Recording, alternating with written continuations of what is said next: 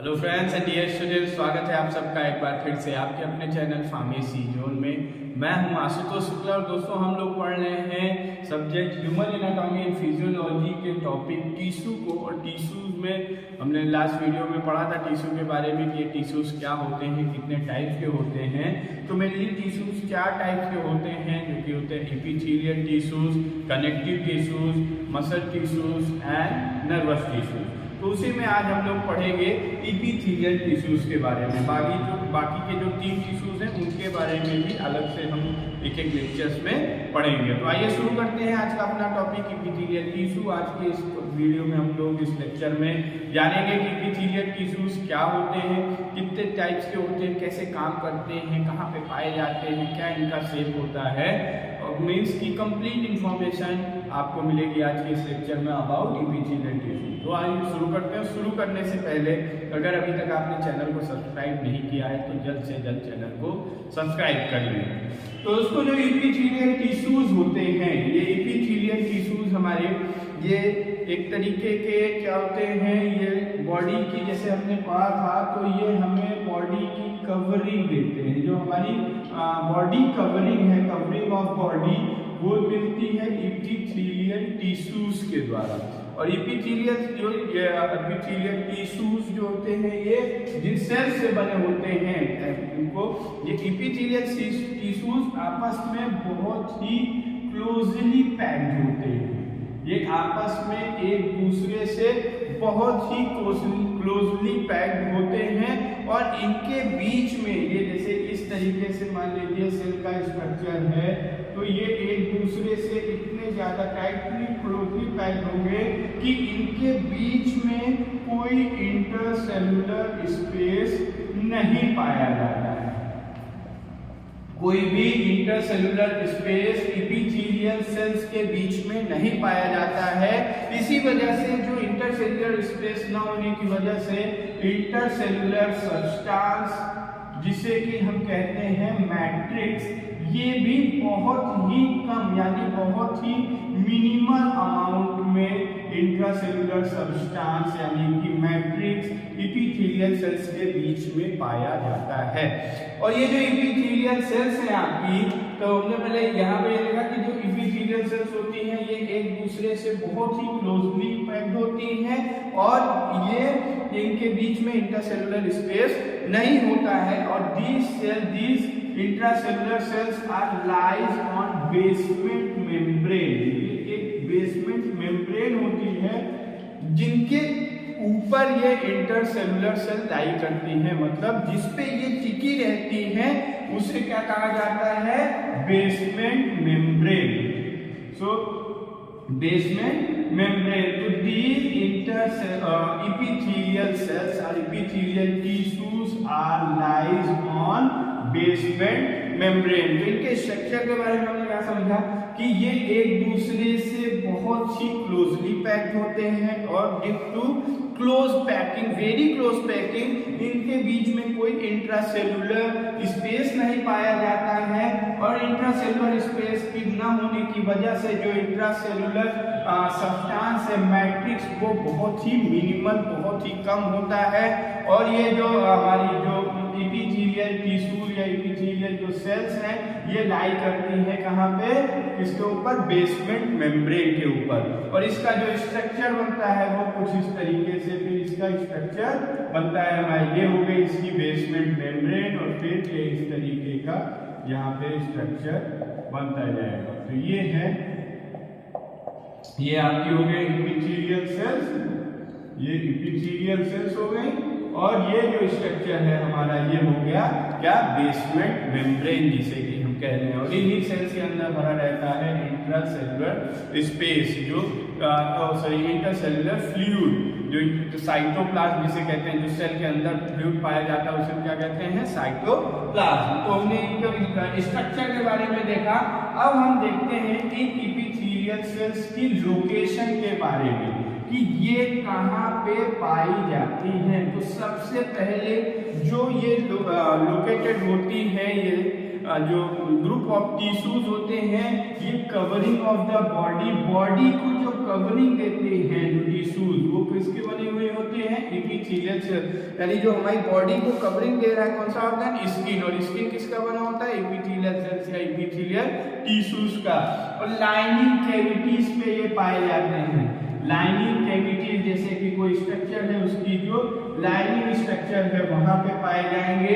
और उसी के साथ साथ ये हॉलो ऑर्गन्स में पाए जाते हैं, जैसे कि हॉलो ऑर्गन्स का मतलब आपका गॉल ब्लैडर हो गया, इंटेस्टाइन्स हो गए, इन सब में पाए जाएंगे। और उसी के साथ साथ कुछ ग्लैंड्स में भी पाए जाते हैं। और जो ट्यूबुलर स्ट्रक्चर के ऑर्गन्स होते हैं वहां पे भी इनकी उपस्थिति पाई जाती है, इनकी प्रेजेंस पाई जाती है। सो epithelial tissues are located on covering of the body, lining cavities, hollow organs and some gland। अब इनके हम फंक्शन के बारे में देख लेते हैं कि ये क्या काम करते हैं।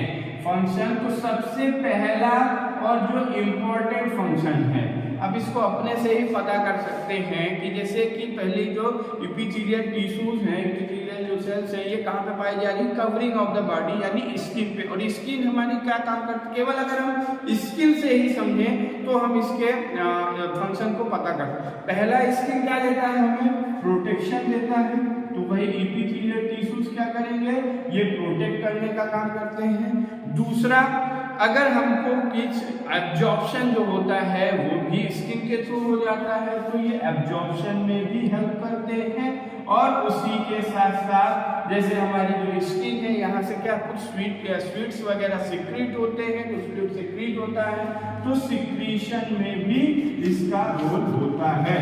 तो मेन जो काम है एपिथेलियल टिश्यूज का, वो यही तीन काम है, प्रोटेक्शन, एब्जॉर्प्शन एंड सिक्रीशन। अब जैसे ये इंटेस्टाइन में एपिथेलियल टिश्यूज पाए जाएंगे, इंटेस्टाइन हॉलो ऑर्गन्स में आता है, तो वहां पे ये क्या करते हैं, फूड को एब्जॉर्ब करने का काम करते हैं। सिक्रीशन यानी ये कुछ म्यूकस को सिक्रीट करने का, ग्लैंड में पाए जाएंगे तो कुछ जूसेस को सिक्रीट करने का काम करेंगे। और ये ऑर्गन की लाइनिंग कैविटीज में, तो ये जो इसके अंदर एपिथेलियल टिश्यूज के अंदर जो कुछ ऑर्गन्स होते हैं उनको प्रोटेक्ट करने का काम भी कौन करता है, यही एपिथेलियल टिश्यूज ही करते हैं। अब हम आ जाते हैं इनके टाइप्स के बारे में। हमने देखा इनके स्ट्रक्चर को, इनके ये कहाँ पे लोकेशन को, और उसी के साथ साथ इनके फंक्शन के बारे में। अब आ जाते हैं टाइप ऑफ एपिथेलियल टिश्यूज, इसके टाइप। लास्ट वीडियो में इसके टाइप्स को हमने बताया था, बता यहाँ पे इसकी हम डिटेल स्टडी करेंगे। तो ये दो तरीके के होते हैं, पहला होता है सिंपल एपिथेलियम और दूसरा होता है stratified epithelium. Simple epithelium cells, simple epithelial tissues and stratified. और ये जो सिंपल और स्ट्रेटिफाइड है, ये किस बेसिस पे इनका कैटेगराइजेशन किया गया है, किस बेसिस पे क्लासिफिकेशन इनका किया गया है, ये भी समझना जरूरी है। तो हम ये जो दोनों इनका जो क्लासिफिकेशन हुआ, ये on the basis of number of layers, number of layer of cells, cells की कितनी लेयर प्रेजेंट है,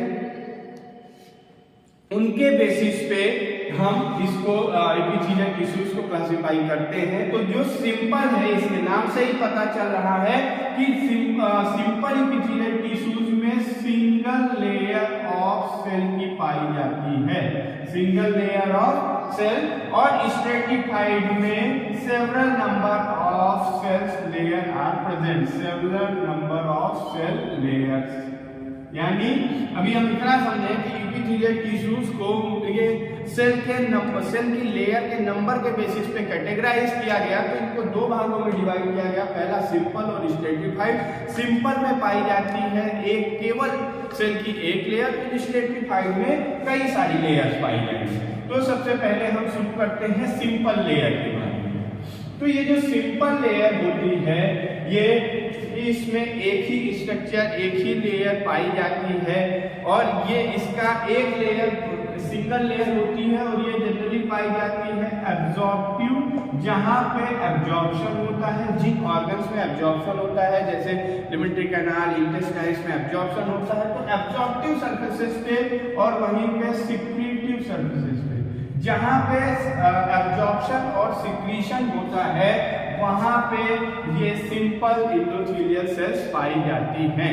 और इसमें चूंकि सिंगल लेयर, यहाँ पे जो सिक्रीशन होगा ग्लैंड से होता है, जो ये सिंगल लेयर सेल होती है, सेल की सिंगल लेयर्स होती हैं, तो ये सिंगल लेयर होने की वजह से ये सिक्रीशन और एब्जॉर्प्शन प्रोसेस को बढ़ा देते हैं। अगर एक ही लेयर है, जैसे एब्जॉर्प्शन और सिक्रीशन का मतलब तो आप समझ रहे हैं, किसी भी चीज को सोखना हो गया एब्जॉर्प्शन, और किसी चीज से का निकलना हो गया सिक्रीशन। तो अगर एक लेयर है और इधर से मान लीजिए कुछ बाहर आना है, ये हो गया सिक्रीशन, इधर से कुछ अंदर जाना, ये हो गया एब्जॉर्प्शन। एक लेयर है तो आसानी से कोई भी सब्सटेंस इससे बाहर जा पाएगा और कुछ भी अंदर आ पाएगा। एब्जॉर्प्शन और secretion due to presence of single layer of cell, these simple stratified cells increases or enhances the process of absorption and secretion। और फिर इन्हीं सेल्स को फर्दर डिवाइड किया गया 4 कैटेगरीज में। इनको आगे 4 कैटेगरीज में डिवाइड किया गया, किस बेसिस पे? On the basis of structure, यानी on the basis of shape, उनके शेप के बेसिस पे और उनके फंक्शन के बेसिस पे। शेप के ही जैसा शेप वैसे इनका काम करने का तरीका भी इनका अलग अलग, सबका अपना फंक्शन है, उनके बेसिस पे इनको फर्दर 4 कैटेगरीज में डिवाइड किया गया, जिसको सिंपल एपिथेलियल टिश्यू। तो जो सबसे पहला कौन सा आ गया, जिसे हम कहते हैं स्क्वैमस सिंपल एपिथेलियल, यहाँ पे हम एस और ई लिखेंगे शॉर्ट फॉर्म में, स्क्वैमस एपिथेलियल। दूसरा आपका कॉलुमनर, फिर क्यूबॉइडल, फिर कॉलुमनर एंड सिलिएटेड। सबको अभी हम यहाँ पे पढ़ेंगे और इनके डायग्राम के बारे में भी देखेंगे। तो स्क्वैमस सिंपल एपिथेलियम जो सेल्स होती हैं, ये फ्लैटेड शेप की होती है, ये फ्लैट शेप स्ट्रक्चर होती है। और ये जो फ्लैट शेप स्ट्रक्चर है, ये एक दूसरे से ऐसे अटैच होते हैं जैसे पत्थर, स्टोन्स जो होते हैं उनसे, उसी तरीके से ये एक दूसरे से अटैच होते हैं। और इनका जो अटैचमेंट होने की वजह से, चूंकि ये सिंगल लेयर होती है, तो बहुत ही स्मूथ मेम्ब्रेन का फॉर्मेशन होता है। स्मूथ मेम्ब्रेन फॉर्मेशन जैसे, और ये कहाँ पे पाई जाती है? हार्ट पे पाई जाएगी, ब्लड वेसल्स में पाए जाएंगे, लिम्फ में वेसल्स में पाए जाएंगे, ऐसे कई सारी जगहों पे ये पाए जाते हैं और बहुत ही स्मूथ में। और इनका जो स्ट्रक्चर होता है वो यही सिंपल इस तरीके का, ये फ्लैट शेप में स्ट्रक्चर होता है इसका। तो पहली हो गई squamous simple epithelium cell. Squamous का मतलब कि ये फ्लैट शेप की सेल्स होंगी। अब हम नेक्स्ट देखेंगे जो हमारा दूसरा टाइप है, second type, that is columnar endothelium। Second one is columnar simple epithelium। columnar simple epithelium जो सेल्स हैं, इनके नाम से ही ये पता चल रहा है, ये होते हैं रेक्टेंगुलर शेप में। रेक्टेंगुलर मतलब ये कुछ कॉलम के जैसे बने हुए होंगे, और ये पाए जाते हैं कहाँ पे? इनका जो लोकेशन होता है, ये lining of alimentary canal, alimentary canal की लाइनिंग पे पाए जाते हैं ये। और वहां पे ये एलिमेंट्री कैनाल लाइनिंग पे पाए जाते हैं, तो ये डाइजेशन, फूड प्रोडक्ट के डाइजेशन में हेल्प करते हैं और म्यूकस सिक्रीट करने में ये हेल्प करते हैं। और इनका स्ट्रक्चर किस तरीके से होगा, हमने पहले ही पढ़ा है इसका स्ट्रक्चर। अगर आप समझ जाते हैं इसकी थ्योरी को, तो आप इसका डायग्राम बहुत आसानी से ड्रा कर लेंगे। और एग्जाम पॉइंट ऑफ व्यू से भी अगर किसी भी आप कोई भी चीज लिख रहे हैं, उसका डायग्राम बना दे रहे, तो बहुत ही अच्छे मार्क्स आते हैं। तो हमने पहले ही पढ़ा था, जो एंडोथेलियल सेल होती है लाई करती है बेसमेंट मेम्ब्रेन पे। तो सबसे पहले आप ड्रा करेंगे बेसमेंट मेम्ब्रेन, उसके बाद ये कॉलुमनर होते हैं, तो इस तरीके के स्ट्रक्चर को बनाएंगे। और ये ऐसे इसमें ऐसे से, और यहाँ पे ये पाया जाएगा इंट्रासेलुलर स्पेस या इंट्रासेलुलर फ्लूइड न्यूक्लियस वगैरह। तो यही ये जो डायग्राम है किसका है? कॉलुमनर सिंपल एपिथेलियम का। अब नेक्स्ट आ जाते हैं जो थर्ड टाइप होता है, third type of simple endothelial cells is cuboidal cell, cuboidal simple endothelium. Cuboidal simple endothelium का मतलब क्या है? ये क्यूब शेप की होती है और ये एक दूसरे से टाइटली पैक होते हैं। और ये कहाँ पे पाए जाते हैं? ये किडनी ट्यूब्यूल्स में पाए जाते हैं। और क्यूब शेप का मतलब ये इस तरीके से पहले ये एक बेसमेंट मेम्ब्रेन होगी और वहां पे कुछ इस तरीके का स्ट्रक्चर पाया जाएगा। ये सिंपल सा नाम से ही पता चल रहा है कि इनका जो शेप होता है क्यूब का शेप होता है। और हमने पहले ही पढ़ा कि एंडोथेलियल सेल एक दूसरे से क्लोजली पैक होती है लाइक अंटी बेसमेंट मेम्ब्रेन पे, और ये पाए जाते हैं किडनी ट्यूब्यूल और कुछ सम ग्लैंड्स में, कुछ ग्लैंड्स में ये पाए जाते हैं। Then next and last type of simple endothelial tissue is ciliated. Fourth type है इसका सीलिएटेड सिंपल एंडोथेलियम। सीलिएटेड का मतलब होता है हेयर लाइक स्ट्रक्चर। तो इसमें जो होता है ये कॉलम शेप के ही स्ट्रक्चर होता है इसका। ये कॉलमनर एंडोथेलियल सेल्स होती हैं और इस कॉलमनर एंडोथेलियल सेल्स के ऊपर पाए जाते हैं ऐसे सीलिएटेड यानी हेयर लाइक स्ट्रक्चर, और जो कि लाई करते हैं किसके ऊपर? बेसमेंट मेम्ब्रेन के ऊपर। और ये कहाँ पे पाए जाते हैं? इनकी लोकेशन यूटेराइन ट्यूब्स में और एयरवेज में, यानी हमारा जो रेस्पिरेटरी ट्रैक्ट है, ट्रैकिया, वहां पे ये पाए जाते हैं। तो ये हमने देखा सिंपल एंडोथेलियम के और उनके टाइप के बारे में। देन हम आते हैं second type of endothelial tissue, that is stratified endothelial tissue. Stratified endothelial tissue. Stratified जैसा कि हमने इसमें पहले ही आपको बताया कि यहाँ पे नंबर ऑफ लेयर्स पाई जाती हैं। Number of layer of cell, number of cell layer जिसे हम कह लें। तो यहाँ पे सेल्स की कई लेयर्स पाई जाती हैं। अभी जो हमने सिंपल एंडोथेलियम पढ़ा, क्योंकि वहां पे केवल एक ही लेयर पाई जा रही थी, तो वो क्या काम कर रही थी? एब्जॉर्प्शन और सिक्रीशन का। और हमने शुरू में जो एंडोथेलियम के फंक्शन पढ़े तो मेन 3 फंक्शन, प्रोटेक्शन, एब्जॉर्प्शन और सिक्रीशन। एब्जॉर्प्शन और सिक्रीशन तो कर रही थी सिंपल एंडोथेलियम, ये भी करते हैं, बट जो मेन था वो सिंपल, ये मेन करते हैं प्रोटेक्शन का। क्योंकि इसमें कई लेयर्स होती हैं तो ये प्रोटेक्ट करने का काम करते हैं। मैकेनिकल कोई केमिकल डैमेज हो रहा है तो उनसे ये प्रोटेक्ट करने का काम करते हैं। और यहाँ पे एक और जो सिंपल एंडोथेलियल सेल्स थी वहां पे पाई जा रही थी बेसमेंट मेम्ब्रेन, बट जो हमारी स्ट्रेटिफाइड एंडोथेलियम सेल है यहाँ पे बेसमेंट मेम्ब्रेन एब्सेंट होती है, बेसमेंट मेम्ब्रेन नहीं पाई जाती। ये दोनों में बहुत एक मेजर डिफरेंस है, इसको जरूर याद रखिएगा कि सिंपल एंडोथेलियम में बेसमेंट मेम्ब्रेन पाई जाती है, बट स्ट्रेटिफाइड एंडोथेलियम में बेसमेंट मेम्ब्रेन नहीं पाई जाती। और ये होते हैं फर्दर 2 टाइप के, नॉन केराटिनाइज्ड और केराटिनाइज्ड। नॉन केराटिनाइज्ड जो स्ट्रेटिफाइड एंडोथेलियल सेल्स होती हैं, ये कहाँ पे पाई जाती हैं?